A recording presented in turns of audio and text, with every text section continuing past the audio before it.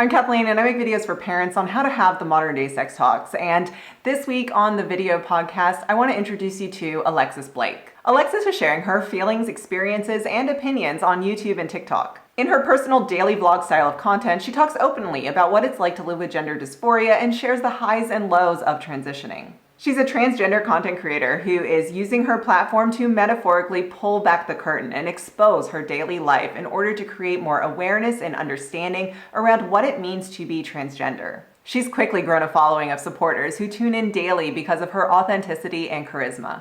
You may be tuning into this 20-minute video podcast because you're wondering, how do I talk to my kid about gender identity? Or how do I explain what transgender means to my young child? Or you might be wondering, does talking about gender with young kids put transitioning ideas into their heads? I ask Alexis these questions and chat with her about how she reacted to her nephews misgendering her, as well as what she sees for the future of gender education and equality. Alexis, I am so excited to be speaking with you. Welcome. I just want to dive right into the conversation with you today. Let's do it. Let's do it. Sounds great. Okay, so I've been following your videos on YouTube here for a while, and I have found your videos to be so open and forthcoming with your daily experiences, which aren't always positive ones, right? I mean, that's the reality of Yeah. life. Yeah. So I think that's the same for everyone though, isn't it? It's everyone has the good and the bad, and I just choose to try and show all most of the good bits. and that's But also talk about the bad bits. it's so authentic and refreshing, and it's so like really great to hear. So yes, I appreciate your honesty in all of your videos, but there's a video in particular where you Okay. share that your nephews unintentionally misgendered you. And I thought we could start there, and Yeah. share that story of the school pickup incident, and then maybe Y- also share the thought process of explaining your transition to your nephews. So yeah. Yeah. Yeah, no, that's fine. Let's do it. Okay, cool. So I have two nephews. They obviously grew up knowing me as uncle. I started my transition 2 years ago when they were 6 and 4. So they were very, very young Mhm. to understand what was going on. So I never really mentioned anything. I've just sort of gradually transitioned. I didn't jump into transition like some trans people choose to do. I did it very, very bit by bit. So I added a little bit more makeup and then a little bit longer hair, and then the clothes started to gradually evolve, let's say. So it wasn't like a shock to them. So it kind of, every time I saw them, I changed one little thing. So I think it was like a whoa, my uncle looks completely different. So that's just how I chose to do it. And when I went to pick them up from school a few weeks ago, because I've never fully sat down and had a conversation with them. They're like 8 and 6 now, I think. Um, I just haven't. It's not that I've not found the right time. For me personally, because they're not my children, they're my nephews, and I don't want to confuse them or make them change how they see me. And they're really comfortable calling me uncle. So I've never said anything about it. And then when I went to their school the other week to pick them up, uh, I walked in and I was waiting. And because my sister had called ahead to let them know that I was picking up, because I've never done it on my own before, they said, "Oh, my sister Alexis is picking them up." They were like, "Cool, cool, that's fine." And then my nephew comes running out, and then the teacher goes, "Oh, who's picking you up here? Just point to them and let me know so I can let you go, for help, for safety for the children." And he pointed at me and went, "My uncle, right there." And the parents around me were like, "What?" They didn't know if to stare at me, to look away. And then I was in a situation where I was mortified. And I was like, what do I do? Do I just bow my head in shame? And I was like, no, this is who I am. I'm their uncle. That's fine. So I grabbed his hand and said, "Let's go home." And it was all fine. It's so, but I still chose not to have the conversation with him because for me, everyone's different and everyone's transition. It's your own journey and your own right to do it however you choose, obviously. Yeah. But for me, I'm just going to wait till they come to me and say, "Okay, you look like a girl. What's going on?" And then I'll explain it to them. That's my sort of thought process behind it. So it's a hard thing to handle, I guess, with children, isn't it? It is. I mean, I make videos for parents about having these conversations, and this is one of the things that has come up a few times is how do we talk about like, aunt or uncle or cousin is transitioned? Well, how do we explain it? And so one of Yeah. the things I always say is talk to them, see if they want to be involved in the explanation or Yeah. not. How would you feel? Would you want to be involved in explaining it to them? I think my sister, she's such an incredible mom, and she calls me Alexis in front of them. So I think they're picking up things. And I think she has said a couple of things. She's not directly sat them down and said, look, your uncle is now full, because just to not overwhelm them, because children are so young. Well, obviously children are young, but because my nephews are still quite young and impressionable, and they don't fully understand a lot of things yet. So I think it'd be highly confusing for them. They don't understand what puberty is yet, never mind trying to explain that their uncle's becoming their aunt. It must be a lot for them. So I think she's telling them little bits just to ease them into it. But then when they get to sort of teenage years, I'm going to imagine we will be having a conversation just Mhm. to get some clarity on it so they know what's going on and what's been going on, because they're going to get a bit confused when they're older and they don't remember me as, because I'm assuming one day, because they were so little when I transitioned, that they probably won't remember what I used to look like. True, So yeah. I would probably be involved in this conversation if my sister asked me to. It's really up to her, they're her children. It's not my decision. And that's why I've not pushed for the conversation to be had, because it's her place. So Hmm. if she wanted to tell them right out the gate, I would have stuck by her and agreed with her. And if she doesn't want to tell them everything in one go, then again, that's her decision. So it's kind of down to the parent how you handle it. There's no right way to handle it, because it's a really difficult thing to handle. So you just Yeah. kind of have to navigate it best you can, and in the most appropriate way, I would say. Mhm. Sorry, that was the world's Yeah. longest answer.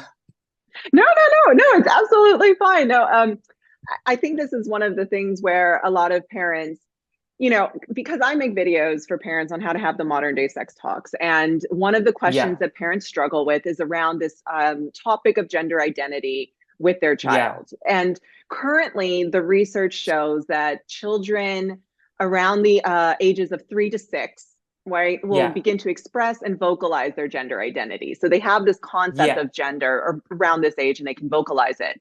Would you be willing to share how and when you started to express and vocalize your own gender identity as a child or how Yeah. you remember it? Yeah, I have a few early memories, and they all a lot of them are to do with girly things, quote unquote, I guess. Yeah. I didn't know, because I was quite lucky and fortunate that my mum never, sorry, my nose is running. I've got a tiny bit of a cold. My Okay. mum never pushed my gender onto me.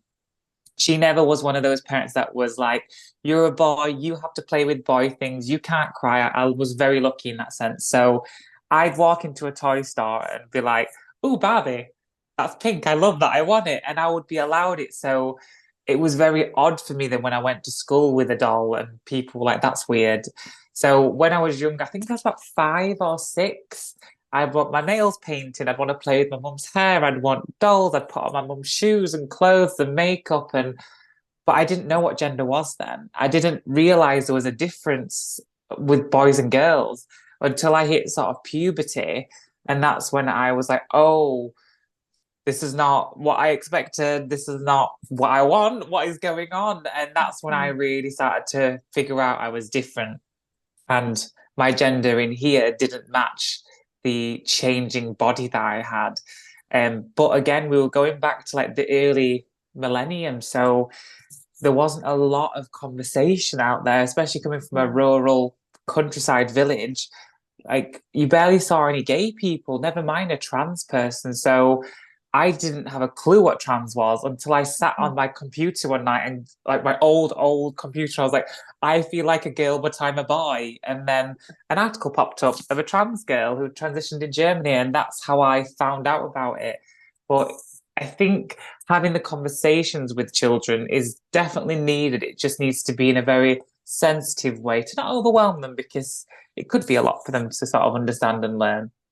Right. No, that I think that's really interesting, really great of you to share. Your mom sounds amazing, by the way. She's fab. She is fab. I am very, very lucky, I know. She struggled when I first told her I was trans, even though she'd had all the signs. But I think it's just a really difficult thing to grasp as a parent. One, because you feel like you're losing your child in a little bit of a way.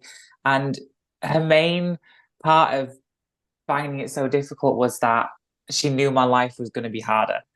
Like, Hmm. and that's what she struggled with because she was like, you're making this choice now to do this, and your life's going to be 1,000 times harder than if you weren't doing this. And I think that's what she struggled with most. I think as parents, that's completely normal. We try to like protect them, and the first time a bully like says something that about their hair or about their clothes, you just want to be like, why? Why would you do that to my child? I Right? know. So it's It's all about awful, isn't protecting. it? And Yeah. So children no. have no filter and they just say what they think. And I think that's what she was worried about because kids can be really cruel, Yeah. unfortunately. Exactly. And I think it's really great how your mom, this is one of the things I tell parents is provide all the toys. Like there's no Yeah. reason to remove or say the toys can't be there. So provide all the toys, provide all the clothes, let options be there, and then observe what they play with, right? And there's Yeah. nothing Yeah. wrong with observing your child and how they play, because that will give you a lot of insight into what they like, you know? I think it is a great, great tool. And it's funny because looking back, a lot of the male friends I had when I was a child also had Barbies. They'd steal their sister's Barbies and hide them and play with them in secret. So it doesn't necessarily mean that if your son has girly toys, it doesn't mean he's going to grow up to be a gay man or he's going to grow up to be a trans woman. It just means he has femininity within him because all boys and men do. And we need Right. to remove the stigma of boys and men expressing their femininity. It's so frustrating. Yes, I'm with you on that. Observe, let the kids play. It's the problems seem to tend to pop up when you start saying, no, you can't have that, or you Hmm. can't wear that, and it's a gendered reason. That seems to be when Yeah, the shame or the feelings of I didn't know that was wrong, right?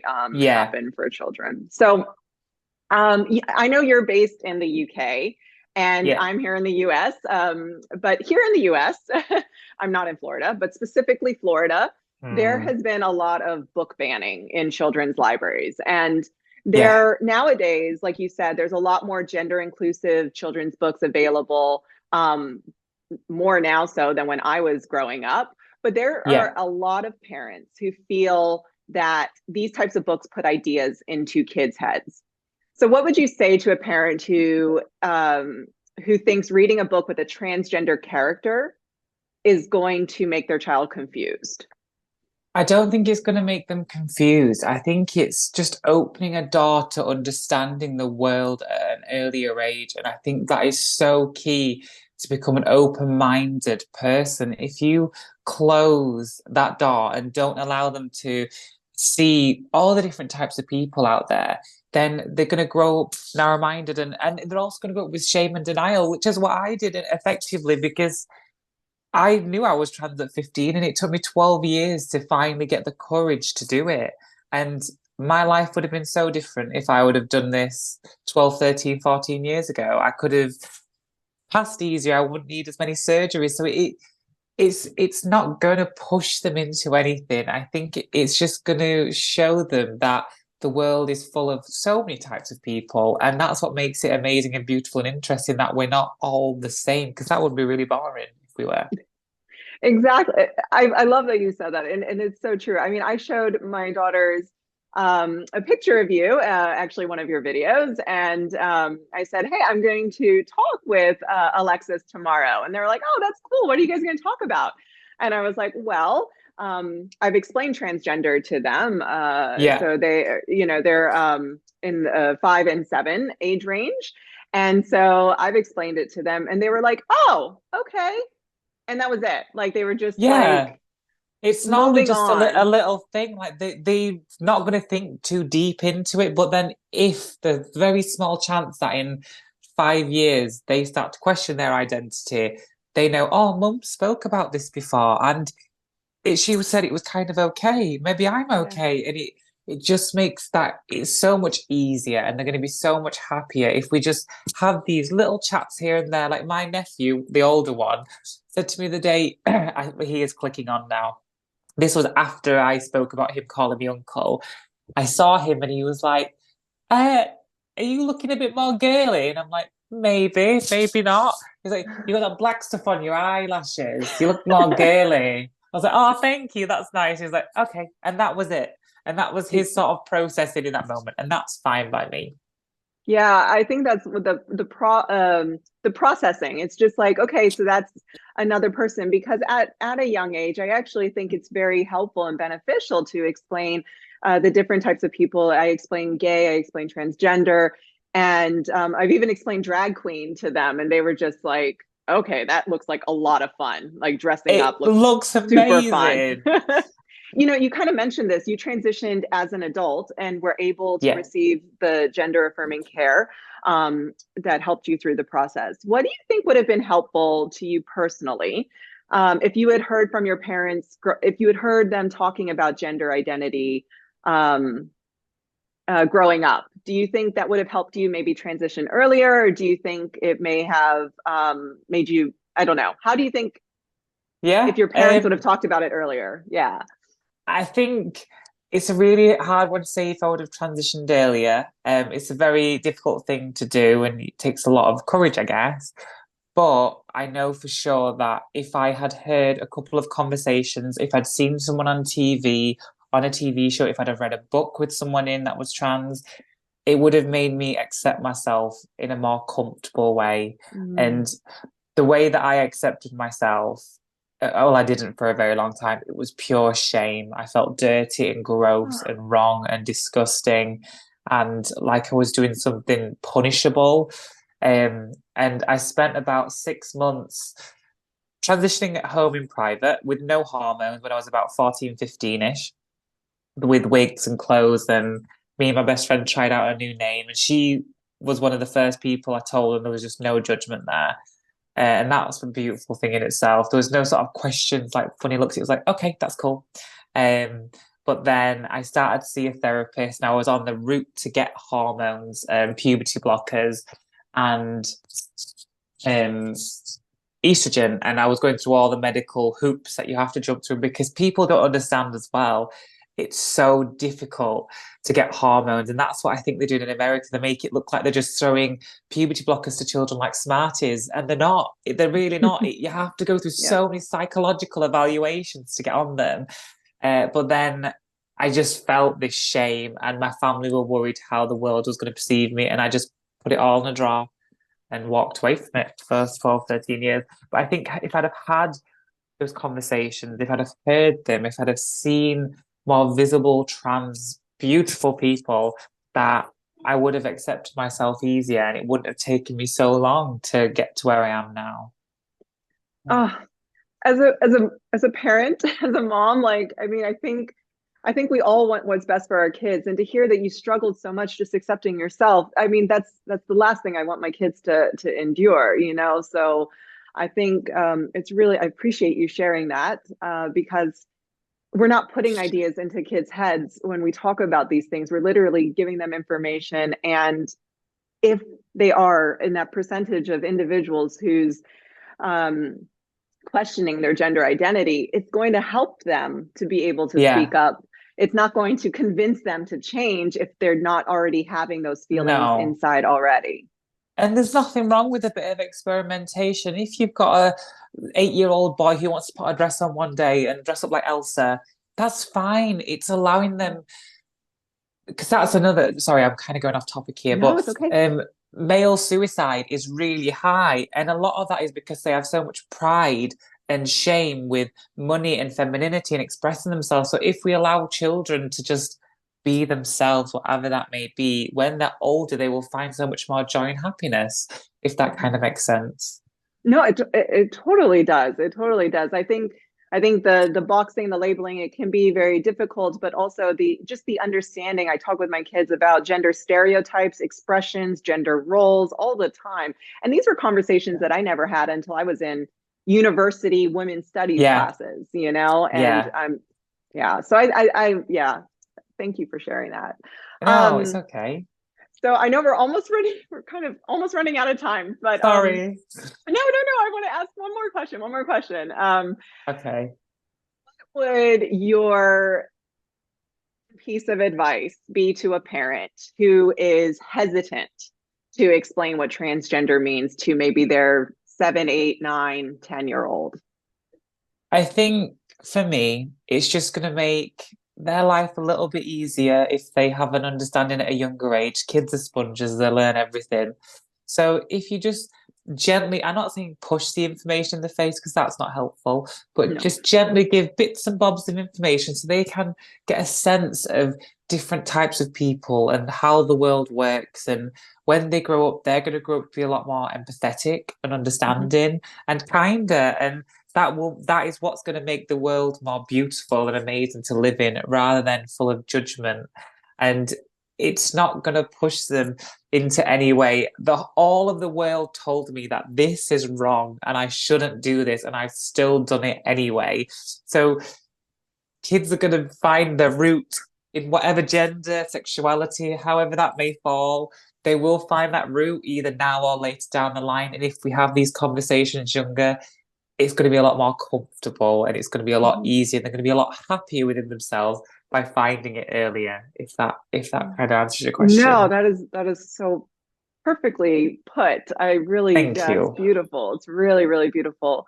Alexis, is there anything? I mean, I see that your hair is up. I was hoping that you would had your hair in Albert. Yeah.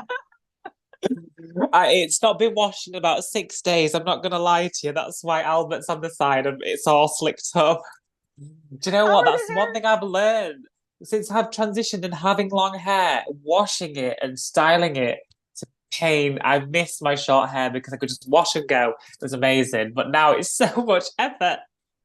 So much effort. My husband, I was complaining. I was like, man, I really need to exercise. I need to go for a run. I just don't find the time. He's like, well, why don't you go for a run at lunch? And I was like, no, because then how am I like I'm gonna have to wash my hair and it's gonna take ages to like To redo it. dry. Like lunch is a horrible time for me to exercise. No. The gym is just a no for me because makeup, hair, no, no, no. Maybe in a few years, but not yet. I'm not quite confident enough to enter a gym space yet. But Yeah, it's either morning or it's evening. funny. Yeah. Yeah, Oh, so, yeah. definitely. How are the hair extensions going? I know you have a line of hair extensions, right? Yeah, I just make them. It's weird. I just spoke about it and trying to tell people how to wear them because it's a non-damaging hairpiece basically. Because I was really scared because I had a hair transplant. I was a balding man, and I had a transplant, so I didn't want extensions to ruin my hair while my hair grew long.